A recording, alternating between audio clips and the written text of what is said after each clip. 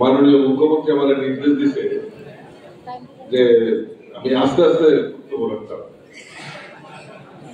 কারণ চেষ্টা করুন, কারণ এত লোক দেখে তো আমিও ইন্সপায়ার হয়েছি। আজকের এই সাংগঠনিক বৈঠকে উপস্থিত আমাদের রাজ্যের মাননীয় মুখ্যমন্ত্রী প্রফেসর ডক্টর মানিক সাহা মহোদয়, উপস্থিত রয়েছেন আমাদের রাজ্যের দুইজন মন্ত্রী, একজন বিকাশ দেববর্মা, টিঙ্কু রায় মহোদয়, আর যার জন্য আমরা এইখানে আজকে সমবেত হয়েছি আমাদের যিনি এই পূর্ব আসনের যিনি প্রার্থী মহারানী কীর্তি সিং দেববর্মা মহোদয়, উপস্থিত রয়েছেন মঞ্চে অন্যান্য অতিথিরা এবং আমার এই দেবদুর্লভ কার্যকর্তা খোয়াই এবং ধলাই জেলা যারা একনিষ্ঠ কার্যকর্তা, বুথ স্তর থেকে যারা এখানে এসেছেন, স্টেট কমিটি, জেলা কমিটি, সকলকে আমি আন্তরিকভাবে অভিনন্দন এবং শুভেচ্ছা জানাচ্ছি। আমরা সবাই জানি, অবগত আছি যে আগামী 26শে এপ্রিল আমাদের এই পূর্ব ত্রিপুরা আসনে আমাদের লোকসভা নির্বাচন সংগঠিত হবে। এই লোকসভা নির্বাচনে আমরা তো দেশের প্রধানমন্ত্রী হিসাবে কাকে দেখতে চাই? কাকে দেখতে চাই? উপরের তারা কিন্তু বলে না। আমরা কাকে দেখতে চাই প্রধানমন্ত্রী হিসাবে?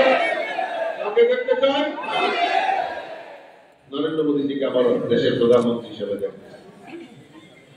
আর আমরা আজকে আমাদের এই কেন্দ্রে ভারতীয় জনতা পার্টির প্রার্থী হয়েছেন আমাদের এই রাজ পরিবারের যিনি কন্যা আমাদের মহারানী কীর্তি সিং দেববর্মা আমাদের এই কেন্দ্রের প্রার্থী হয়েছেন। একবার বলবো জোরে করতালির মাধ্যমে ওনাকে অভিনন্দন জানাই। আমাদের যে লক্ষ্য, আমাদের যে মিশন, আমাদের দেশের যশস্বী প্রধানমন্ত্রী আমাদেরকে কি বলেছেন? আপকি বার, আপকি বার, আপকি বার, ফির একবার, ফির একবার, সেই সংকল্প নিয়ে আমাদের কাজ করতে হবে। কারণ দেশের প্রধানমন্ত্রী নরেন্দ্র মোদীজি আমাদের ভারতবর্ষের প্রত্যেকটা অংশের মানুষের জন্য যে গ্যারান্টির কথা বলছেন, আর আজকে ইন্ডিয়া জোট করে আজকে কংগ্রেস, সিপিএম আর এখানে সিপিএম এর প্রার্থী দিয়েছে। উনার রাজনৈতিক ভবিষ্যৎ কি আমরা সবাই জানি। উনার গ্যারান্টি কে নেবে? উনি জিতে আগামী দিন যে সিপিএম এ থাকবেন বা মানুষের সেবা করবেন, তার গ্যারান্টি কে নেবে? কেউ গ্যারান্টি নেয়, কেউ গ্যারান্টি নেয়। और गारंटी लेने वाला दिल्ली में बैठा है हमारा देश का यशस्वी प्रधानमंत्री नरेंद्र मोदी जी गारंटी लेता है। আজকে আমাদের এই রাজ্যে মহিলা হোক, যুবা হোক, কৃষক হোক, গরিব হোক, সকল অংশের মানুষের জন্য যদি গ্যারান্টি নিতে পারে আমাদের দেশের প্রধানমন্ত্রী নরেন্দ্র মোদীজি নিতে পারে, আমাদের রাজ্যের মাননীয় মুখ্যমন্ত্রী নিতে পারে, আমাদের যিনি প্রার্থী আমাদের কীর্তি সিং দেববর্মা নিতে পারে, এই গ্যারান্টির পথে আমাদের কার্যকর্তাদের কাজ করতে হবে। আমরা সবাই সংকল্প নিয়েছি, এই সংকল্পটাকে বাস্তবায়ন করার জন্য আমাদেরকে পরিশ্রম করতে হবে। আমাদেরকে যার যার নিজস্ব জায়গায় আমাদেরকে পরিশ্রম করতে হবে। আমাদের বুথ মাইক্রো লেভেলে আমাদের কাজটাকে সুচারুরূপে করতে হবে।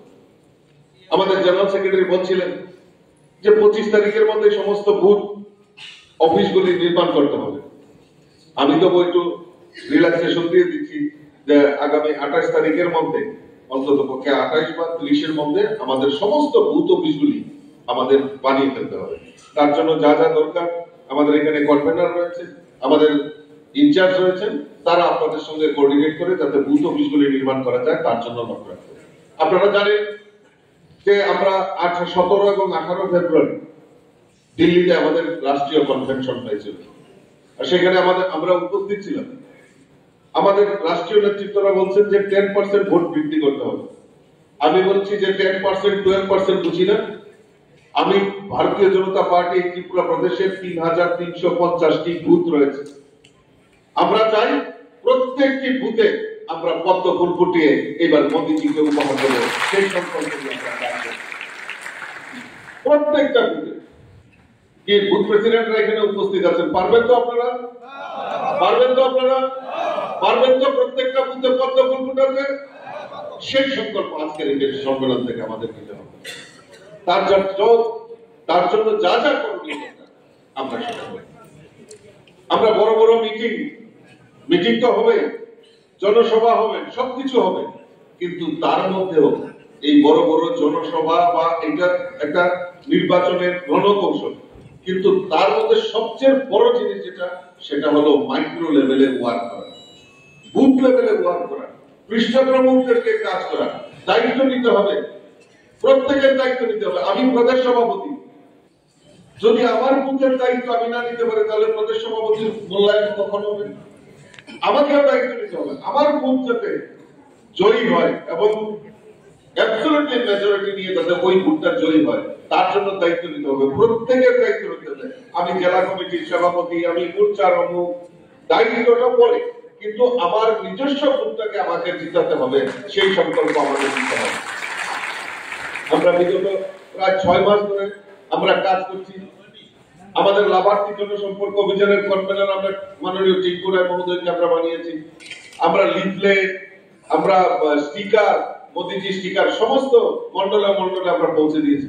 কিন্তু অত্যন্ত পরিতাপের বিষয়, গতকালকেও আমার কাছে দিল্লি থেকে আমার কাছে ফোন এসেছে, অনেক মন্ডল সেগুলি আমাদের ঠিকভাবে করতে পারেনি।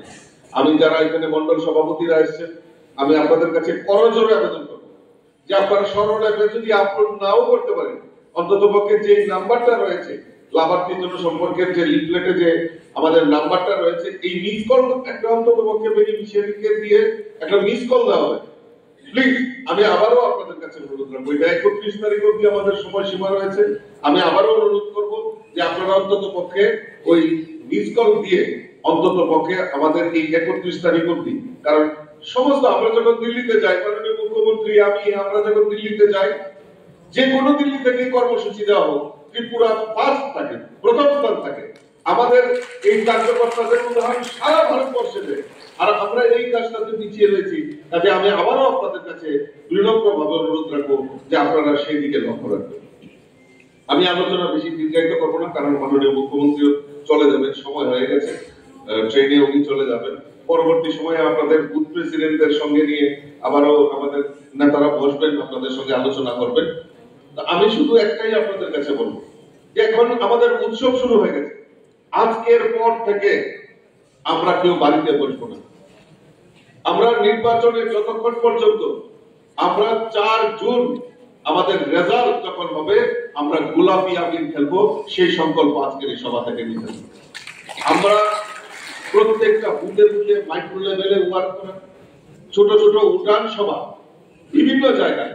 এখানে আমার অনেক পঞ্চায়েতের সদস্যরা আছেন, আমার বিএসসি চেয়ারম্যানরা আছেন, নগর পঞ্চায়েতের তারা আছেন।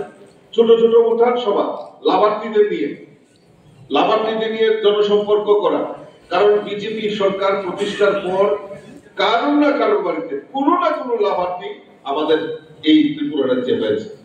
25 বছরে যা পায়নি, আমাদের এই 6 বছরের সরকার প্রত্যেকের বাড়িতে অন্তত পক্ষে কিছু না কিছু দেওয়ার প্রয়াস করেছে।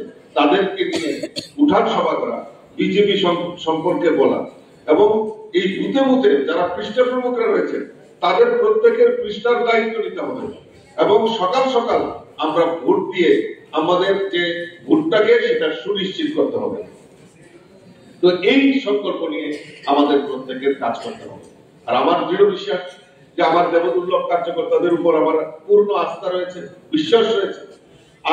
আগে আমাদের শরীর দল ছিল, আইপিএফটি আমাদের সঙ্গে ছিল, এখন ত্রিপুরা মথা আমাদের সঙ্গে সংযুক্ত হয়েছেন। আমাদের 2 জন মন্ত্রী আমাদের ত্রিপুরা বিধানসভায় ওনারা মন্ত্রিত্ব পেয়েছেন।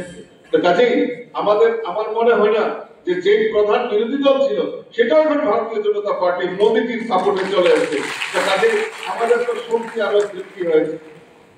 আর বিরোধী দলের কোন রকম প্ররোচনায় আপনারা পা দেবেন না, কোন প্ররোচনায়, কারণ বিরোধী দলের তো আমার মনে হয় না সেরকম কোন রকম অস্তিত্ব আছে। কি আছে নাকি?